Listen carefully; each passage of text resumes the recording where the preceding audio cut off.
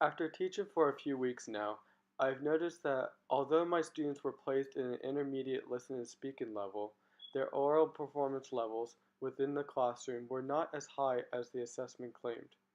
At first, I assumed that this was largely the test's fault. After all, how can a test accurately assess students' individual performance levels to the precise scale that my institution required? Yet, assuming that the test was at fault would not explain the low frequency of accurate performances for my students. That is, if the assessment was truly inaccurate on the basis of performance level, how come there are times when students are performing as expected? This was observed through a number of classes that I taught. By further investigating my teaching methods, I noticed that students were performing sometimes appropriately in accordance to their linguistic levels, and at other times not so much. Therefore, I wanted to focus on how I can increase my students' communicative performances in the classroom. The underlying reason for this, of course, is to enhance language development and to assess students more accurately. In class, we discussed corrective feedback and the effects it has on conversation flow.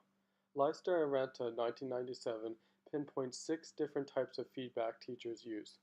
After observing some of my own in class, I found recasting more in my classroom than the other types of feedback.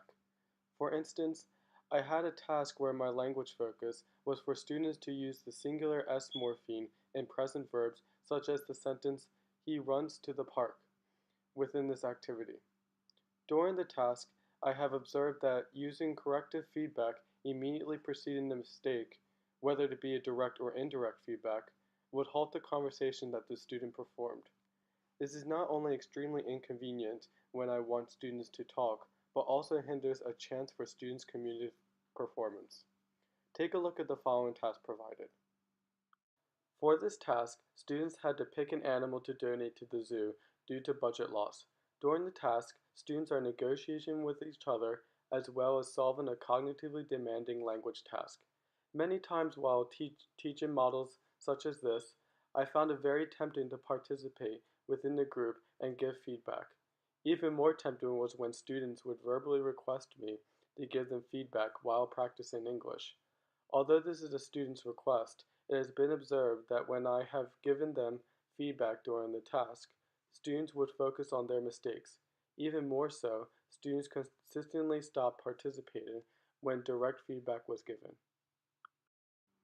A solution to this problem could possibly be to move the corrective feedback towards the end of the task. Willis and Wills 2007 advocated using corrective feedback as a post-task based on some of the problems that I have experienced.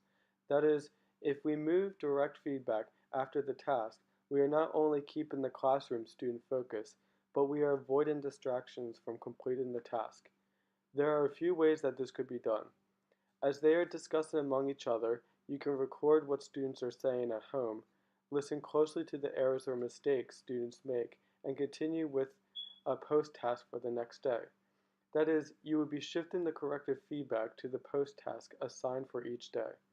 I would suggest teachers who do this to review materials from the previous day and correlate it with the post-task. You could also take a few moments to write mistakes or errors students make during their performances and write such, anonymously of course, on the board. Then you can assign students to work together to identify the mistakes he or she made, projecting a more student-centered post-task than what was previously mentioned. How so? Well, instead of a teacher-focused post-task, students get the opportunity to correct themselves. This will allow students to not only collaborate among each other, but provide an activity within the task that allows negotiation of meaning, and therefore more opportunities to silently assess students' grammatical knowledge and their linguistics performances. Thank you for listening. I hope you learned something new. See you in class.